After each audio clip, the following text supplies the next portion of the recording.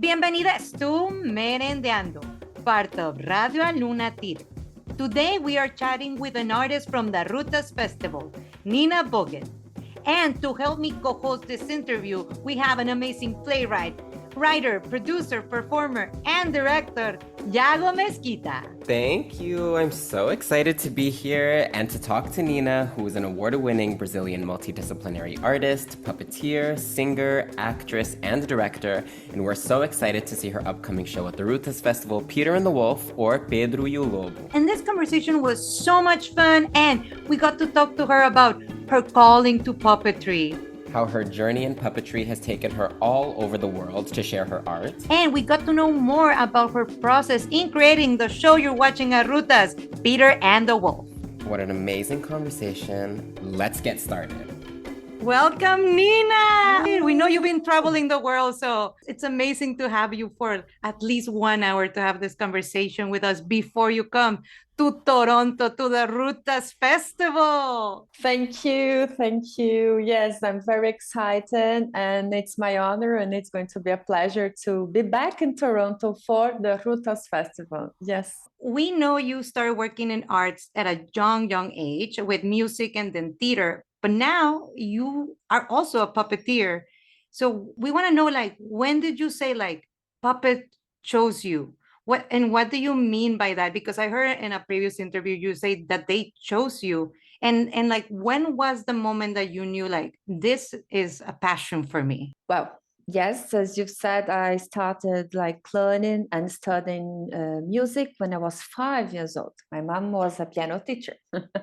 So like my childhood, when I was a teenager, my entire life, I've been always surrounded by art. Music, dance, theater, literature, but never puppetry. That is something that I always reflect on, that here where I am, because I am right now, I'm in the south of Brazil, where I lived when I was a child.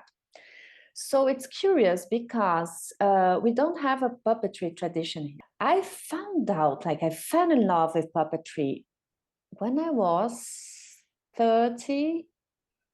I even forgot. Oh my God. I was like 35, I guess. And no, I'm lying, 34. But anyway, yes, sometimes I lie. Yes, that's me. And then I went into a play of Companhia dos a Deux. That is a French-Brazilian company. They're just great dancers and actors, and they have a pretty deep and long research, like for more than 20 years now, on the gestual theater. And I knew they have invited a friend of mine that was an actress from Rio. We were in São Paulo. I was at the premiere with a friend of mine, and I kept saying, who is the older actress?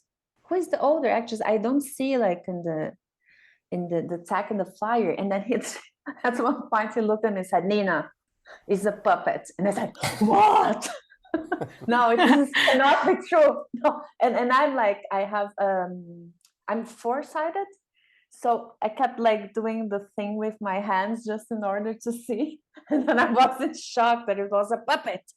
And for me, that old lady, the puppet, was the strongest actors like in the scene on stage, and they are pretty good actors. So that for me it was like a completely like universe that just it just opened in front of me, and I was like, no, I can't sleep.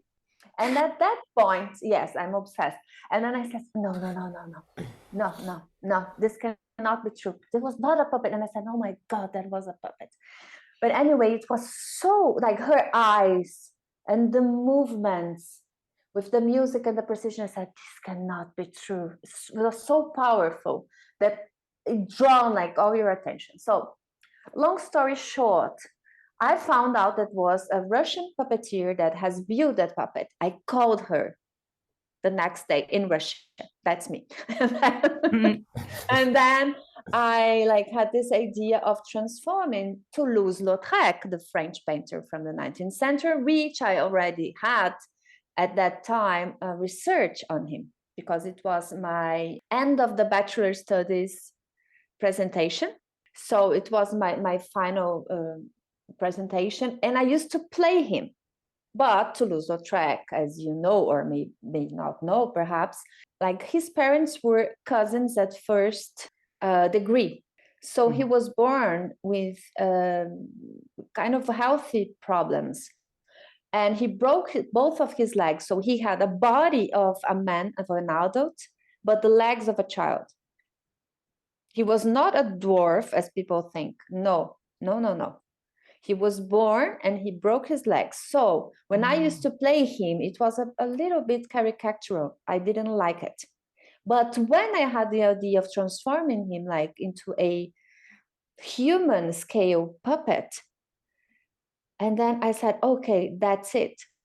And then, long story short, Natasha Belova, that was the Russian puppeteer who made this puppet that I've seen in Companhia dos A play. She had opened, like for the first time, an artistic residency in Chile. And I was selected, and I spent 2 months, and I made my first puppet.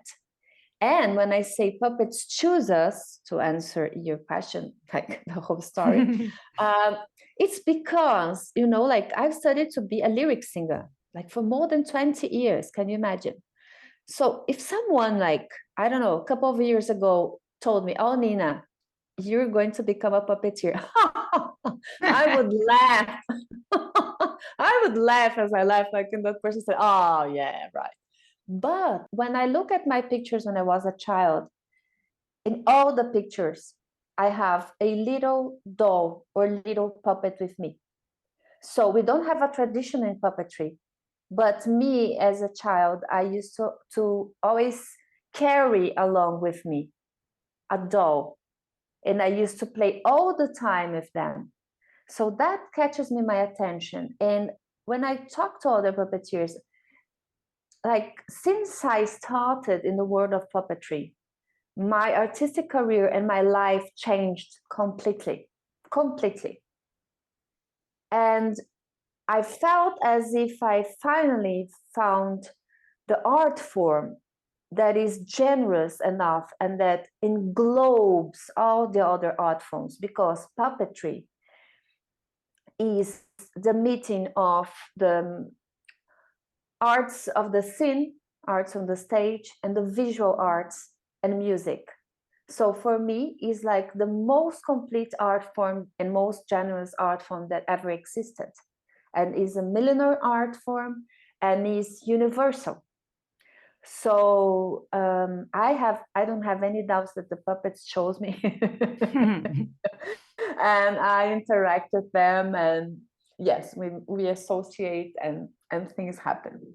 That's incredible. I love that you saw you it was like, who's the actor? It's a puppet. Like, wow, that's Yes, it was exactly like that. It's like boom, and then like, you know, like oh, the Armageddon of my life, and a revelation. I said, yes, that's it.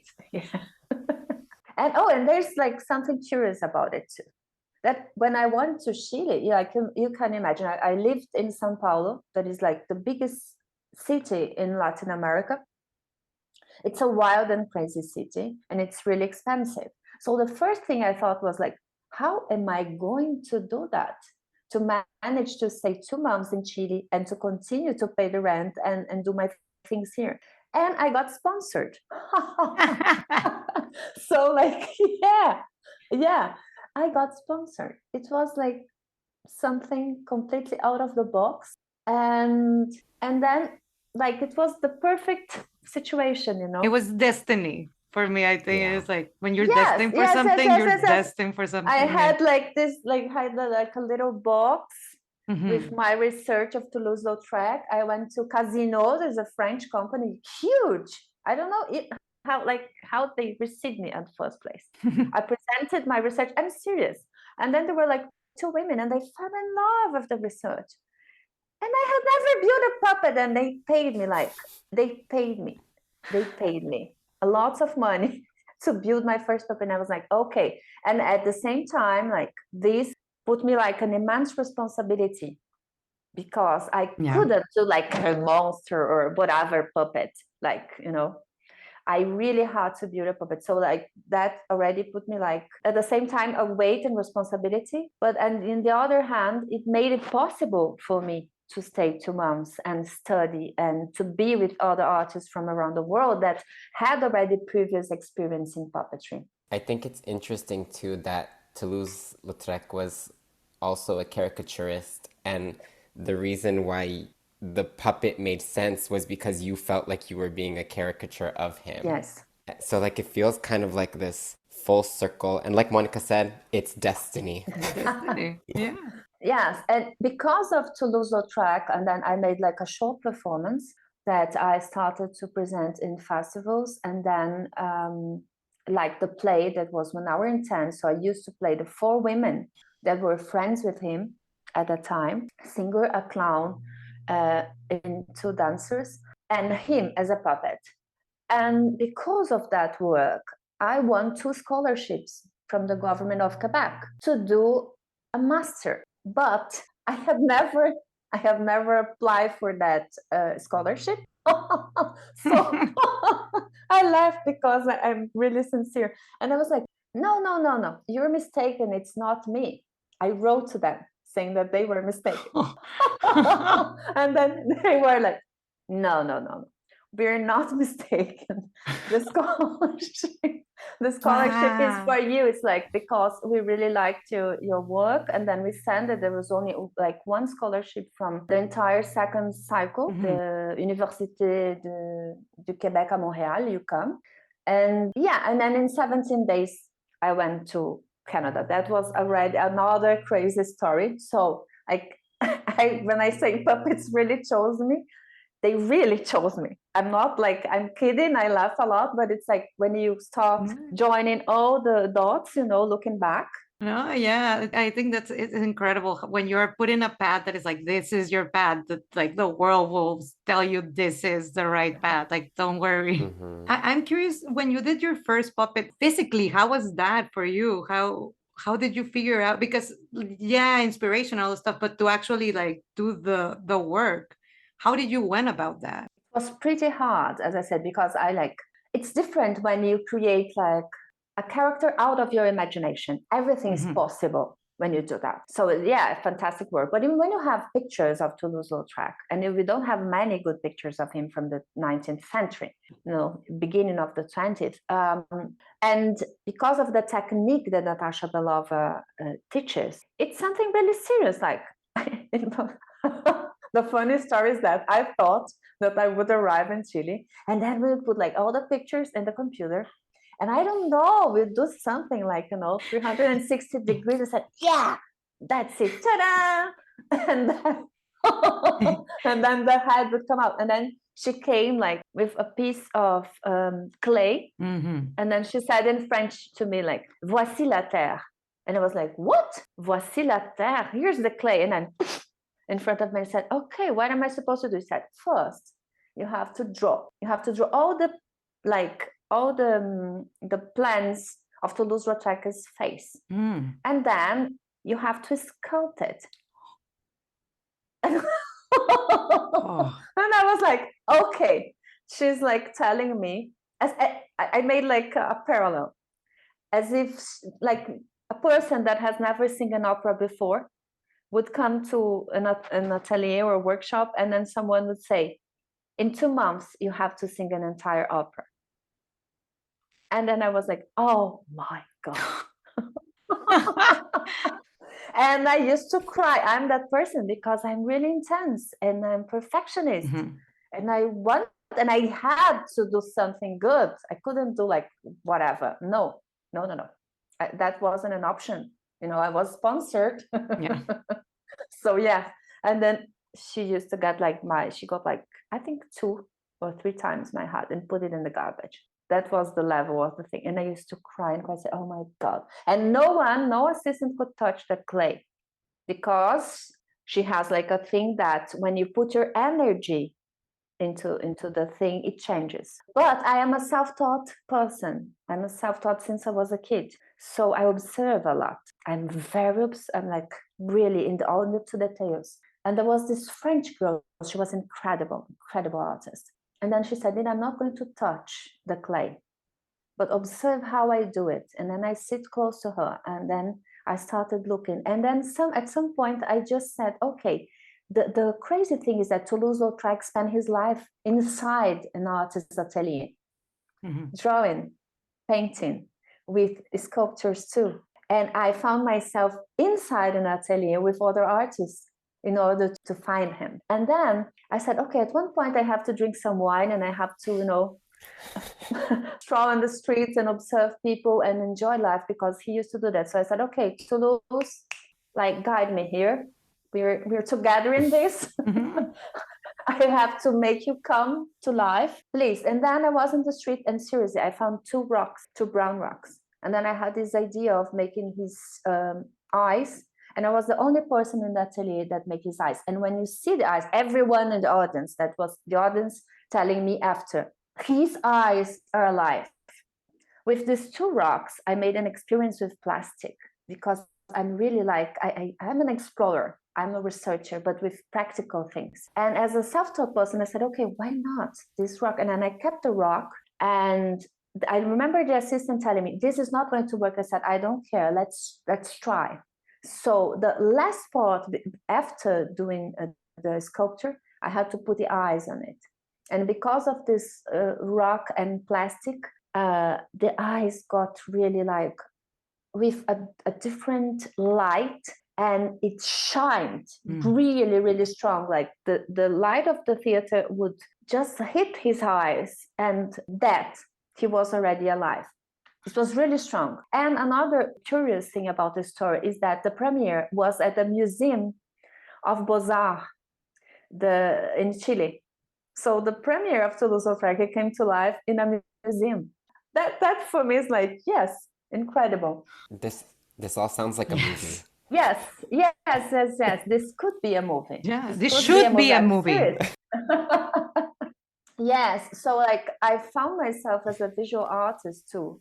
Puppeteers are also visual arts, but not all puppeteers. It depends on the school. Like in Russia, they divide things. So if you build a puppet, you don't manipulate a puppet. I don't usually say the word manipulate, but people do. So you animate a puppet.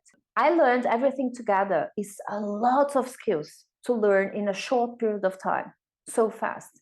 So yes, and then I just fell in love with sculpture, with drawing, with, I found out like I have these other abilities, and I continue to study them, of course, I wanted to ask, we saw this line in your bio, and it was really striking for me in particular. It says, poet of the invisible. When new fantastic worlds ask her to be born, she materializes them out of a piece of fabric, a musical note, a few colors, and a block of foam. This is beautiful, first of all. I think you encapsulate really like an artist. It was a friend of mine. It was a friend of mine who is a writer that wrote that. So I have to it was Magali Balès from France. And I think she captured, because like when I lived in Montreal, she used to live in Montreal too. We became really good friends. And she started really to admire all the stories and everything. And she met Toulouse-Lautrec too. Wow. And yes, and at the end of that year, she wrote it. And I felt so honored, and I felt like she captured what I actually do, because to talk about our own work is, I found very difficult. Yes. Sometimes I see people and said, okay, this person is exaggerating a little bit, or this person is not being fair with, the work. So it's can be tricky. So that line is not mine, it's hers. But when I think what she means is that poet of the invisible, I consider art as a spiritual exercise. And I don't say it often, but it's true. And it's not something I consider to be mystical. It can be mystical sometimes, but I don't consider the stories I'm telling you, they are so true and funny at the same time. And I didn't even arrive at the point where I went to France to Montmartre with Toulouse-Lautrec, and it was the last time I presented him because something happened so strong that I really felt that it wouldn't be respectful to continue to present our journey together to that point. So and people say, but are you so crazy? Like, you should continue performing. You could go to festivals. You want to scholarship. I said, no. I feel that I'm guided. I feel we are all guided. Some people have sensibility to listen to it or to let themselves be guided, and others don't. And I don't believe someone is genius. I believe someone has a genius. And then we associate with energies and with things in order to offer something to life and to other people through art, you know. And as I work with different mediums, because I'm a musician, lyric singer, director, actress, and puppeteer, it depends. Sometimes the inspiration just comes like out of nowhere, an idea, and I said, okay. But I think it would be pretentious to say that those are my ideas and that I did it, because it's not fair. I'm guided. As strange as can be, especially for people in North America. I remember the girls in university looking at me like, what is she talking about? Because in some parts of the planet, puppetry is considered to be sacred. The story of puppetry, the history of puppetry is started like that. So if you go to Indonesia, what I'm saying is perfectly normal. Some parts of China, in India. And here in Brazil, we consider a lot too. I talk with other puppeteers and we respect that. So I say, listen to and also because people separate, people say, oh, this is matter and that is energy. But like, we consider it's not me saying it was the genius, it was Einstein that said that they're the same. We consider it to be theory, but in the practical terms, from my experience, is that all the inspiration and the things we create, it's not completely ours. And that is good because it keeps us like humble also, you know, to say, yes, I can fail, it can be good, but it's not only me. Yes, of course, I give my energy, I have my intelligence, I have my creativity, but also the creativity, the spark of creativity that we all have inside of us, no matter in which profession you are, which profession you have. It is something that has a kind of, that is inexplicable. I believe that. That those points about matter and energy, I know you kind of are referencing them as like a whole in like your practice and like your process. But it makes me think about when I was in theater school and I did a puppetry class, and like all kind of everything we learned was really like the points about matter and energy make me think that like the puppet is nothing until you breathe like your life into it, breathe your energy into it. And like I found my old puppet today before this because I like wanted to like see it, and like looking at it as just a pile of materials, and then for me to then touch it, and like as soon as I like bring it up, it's a thing, it's like a person, it's like a living being and almost like an extension of me. So yeah, rambly thoughts over, but that's what that makes me think of. Yes.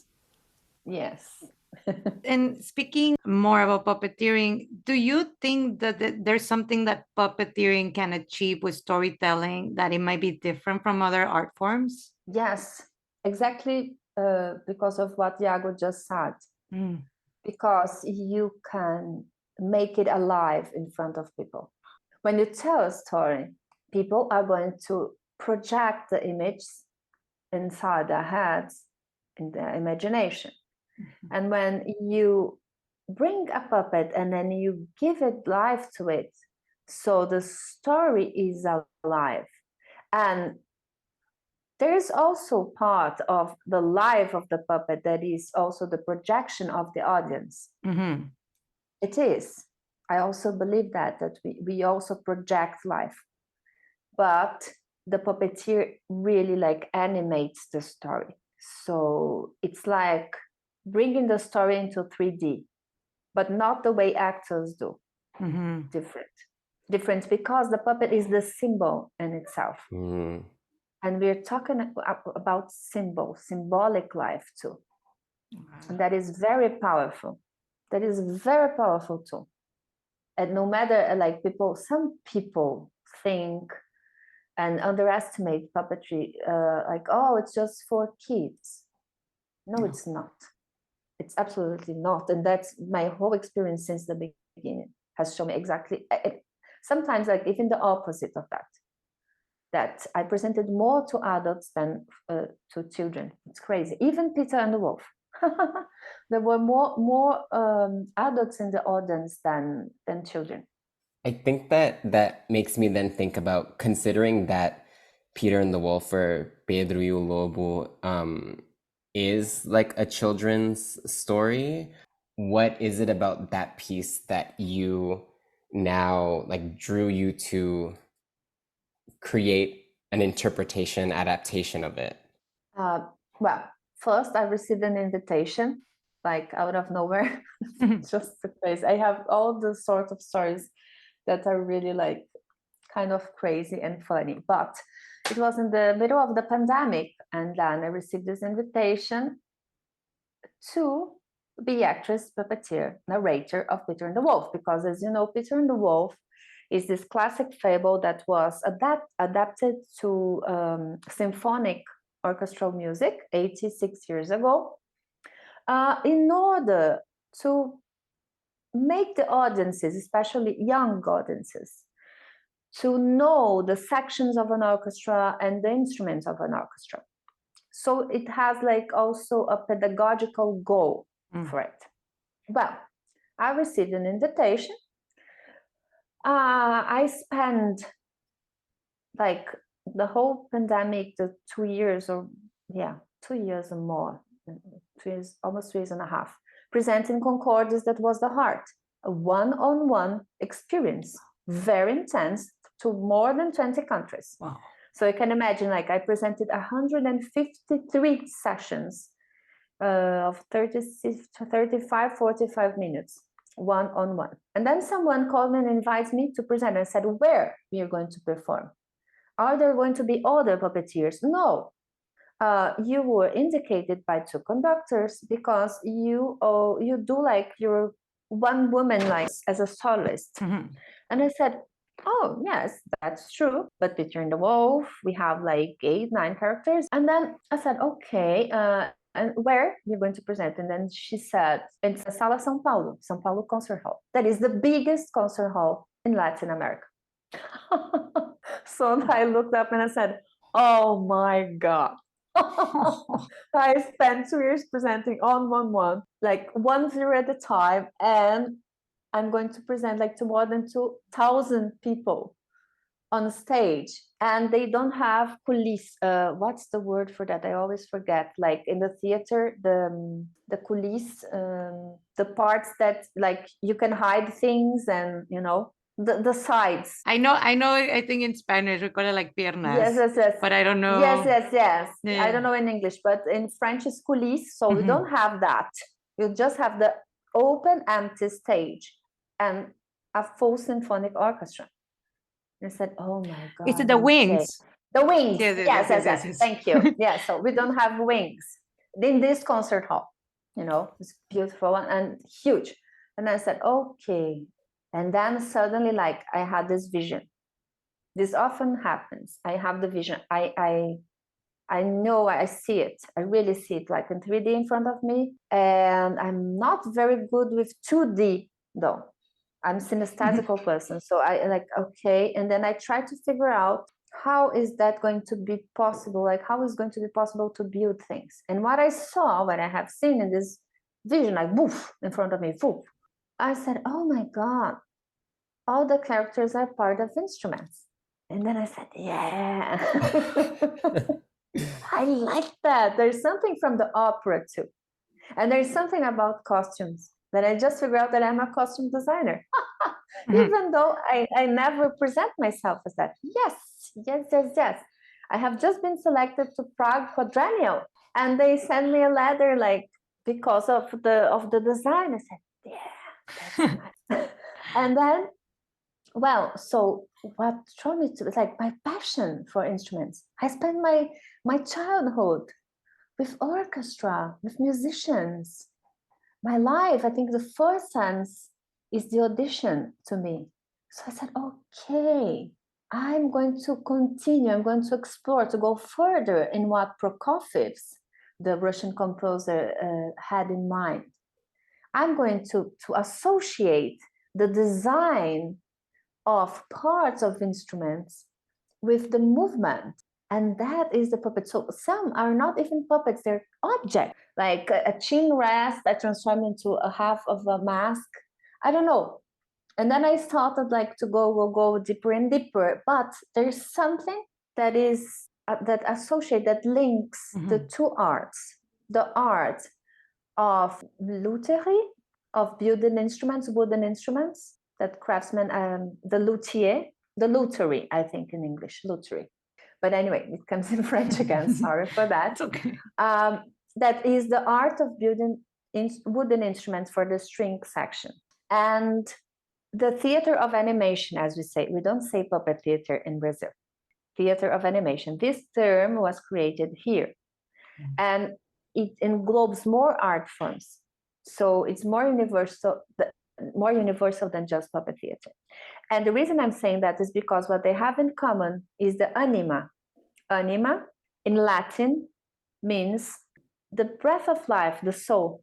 And for example, in a violin, the luthier, the piece that is going to create the harmony, the harmonics and of the sounds between the front and the fond of the instrument is a small piece called soul, anima.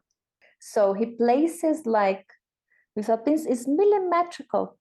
If he doesn't catch the right place, the sound is not going to be the same. So it's years of study to get that.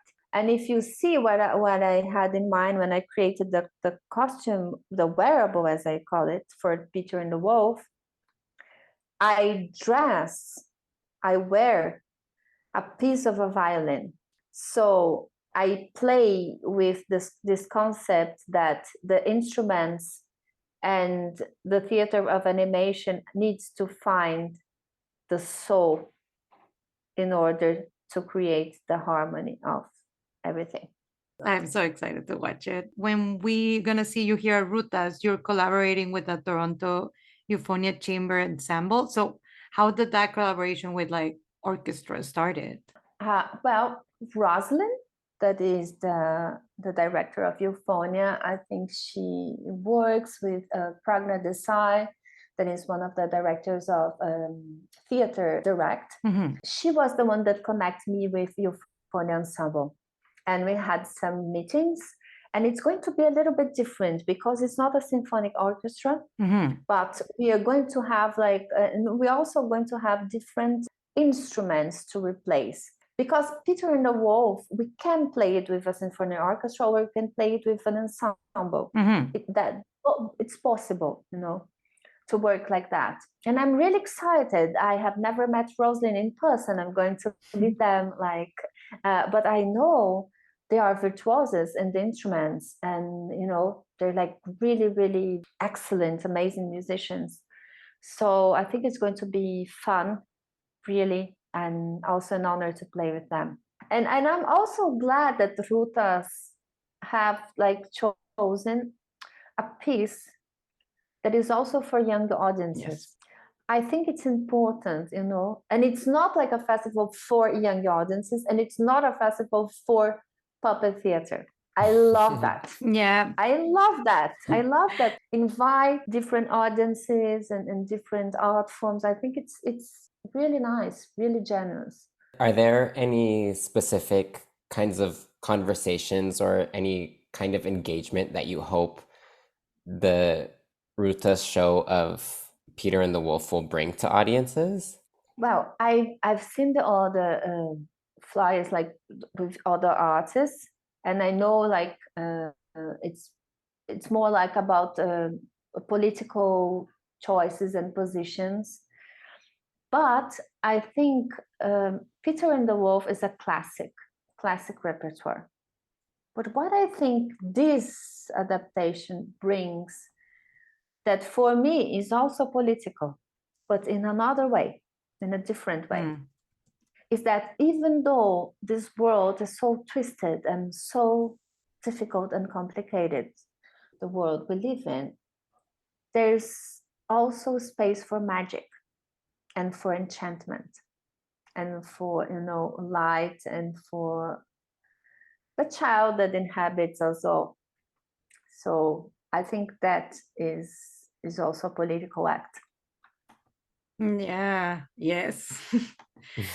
We were talking to Beatriz Pisano about this piece, and she was saying how all her adult friends, they're looking for this show in particular. And I just want to know, like, what do you think is it's so magical about the story that even adults are like, I want to be there? I think like if the people have like listened to the story, like these old discs when we were kids, I used to listen to the stories in those discs, or even like through parents, or some people were like their first concerts that they have like seen in their lives. So I think there is like a fond memory in an affective memory of it. But this adaptation, it was really surprising for me because like on stage after the rehearsals or after the performance, most adults would come to me and said, "Oh, Nina, I'm so glad I came, and I'm so glad because like I used to love Peter and the Wolf when I was a kid, and then I just started hating it because people were like reading, the actors were reading during the narration with the orchestra, and it was so boring, And I was like, oh, thank you for being honest. And then they said like, and this I heard a couple of times, so that's what I kept like in my heart, because they said, you made me fun and live again. So I was really like glad, really, for me as an artist, said, okay, I did it.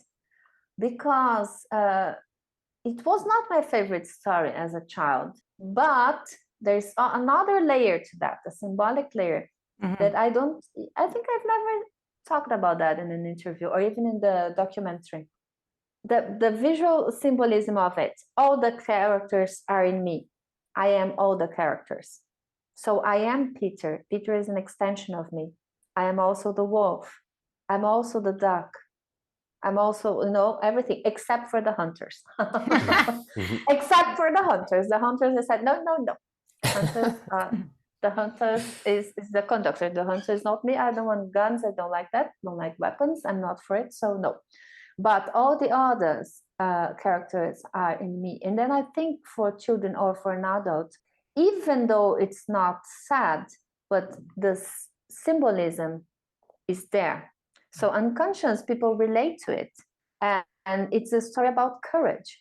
It's a story about courage. The smallest character I have, no, the bird is smaller, but anyway, the smallest one, like the bird and Peter, they are able to catch the wolf, and also to save him. So it's bravery.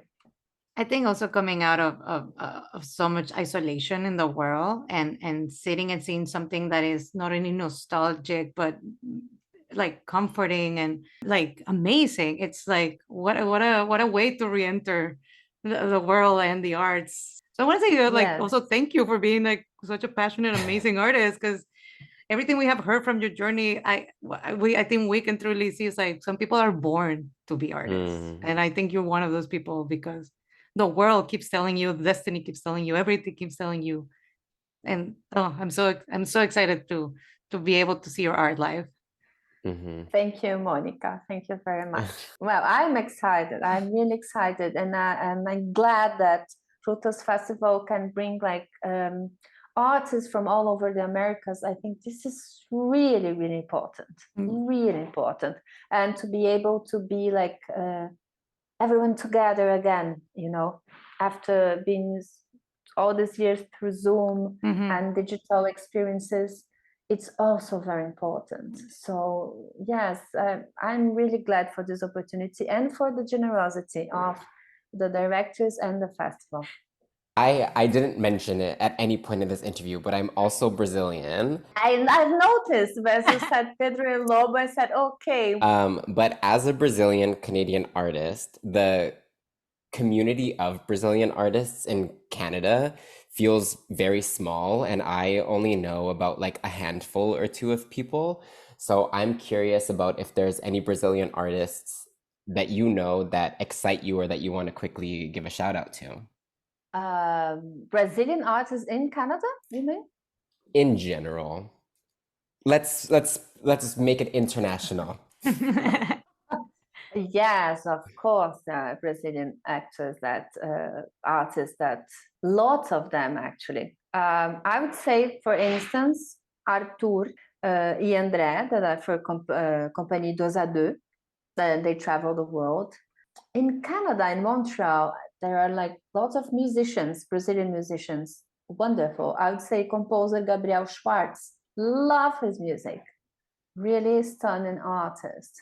And that is one puppeteer that just won a contest, international contest. That is Daniele Viola. I really enjoy her research. And whenever I can, I'm always presenting Brazilian and making bridges. Like in South Korea, I couldn't just present my work. So I created like a website and I started making bridges in between artists. So yes, I think we have something different from the Latin Americans. I'm sorry, but we do. First of all, the language. And we are a continent in ourselves, 200 million people. And also Brazil is the only country in the world different from the United States in the colonization or miscegenation of Canada. Then we have all the continents miscegenation here. So we are the true melting pot in Latin America, but that is a whole new discussion. That is. And I think it allows us to have like creativity and freedom, in a way. And in the other way, of course, we know of the colonization of imaginaries and imperialism and everything, But yeah, I appreciate the way Brazilians create. I think we are blessed with that being this melting pot. Very nice. Thank you. Obrigado. Thank you. Obrigada a você. And because we're getting to the end, every episode we ask our current guests to post a question to the next guest so we can keep the conversation going across practices and across borders. This season, we're doing questions from other artists from RUTAS. So your question comes from Clarence Gross, who has the show I Love the Smell of Gasoline. And Clarence's question for you is, what do you do outside theater that fools you as a human and as an artist? Wow, I would say to travel and see the world and the humans out there, and spiritual practice. I think this combined, but I'm not talking about religion, I'm talking about spiritual practice. That is something completely different. Can be just like contemplating and to realize like you're alive. And how beautiful this is, how challenging and beautiful. In the spirit of keeping the conversation going, what do you want to ask to our next guest, who is also another artist in the RUTAS Festival? Well, so I was talking about Anima, because it's the name of the mini documentary that is going to be presented after Peter and the Wolf, that shows like all the creative process of it. So anima in Latin means the breath of life, or it could also be translated as soul in English. So I would like to ask the artist, how do you share your anima with your audience? Ooh, that's a good question. Mic drop. Yeah. Thank you very much, Monica. Thank you very much, Yago. Thank you, Lucia. So nice and very like open-minded and generous. And yes, really nice talking to you. And we'll see you live. Yes, we will. Check out the RUTAS Festival from September 22nd to October 9th. For more information, visit alunatheater.ca. Hope to see you there. We're speaking from Tkaronto. This is the traditional territory of the Haudenosaunee, the Anishinaabe, the Wendat, and Mississaugas of the Credit. This land is covered by the District 1 Spoon Wampum and Treaty 13, also known as the Toronto Purchase. At Aluna, we remember that people can begin to heal when they are hurt. We are committed to artful participation in disagreements. We are committed to unsettling ourselves towards connection, respect, and justice for all people who now live in this city, which has been a meeting place since time immemorial. Radio Luna Teatro is supported by Aluna Theatre with support from the Toronto Arts Council, the Ontario Arts Council, the Canada Council for the Arts, the Department of Canadian Heritage, and TD Bank. Aluna Theater is Beatriz Pisano and Trevor Shelness. Radio Luna Teatro is produced by Mónica Garrido y Lucía Linares. For more about Aluna Theater, visit us at alunatheater.ca, follow at Aluna Theater on Twitter or Instagram, or like us on Facebook.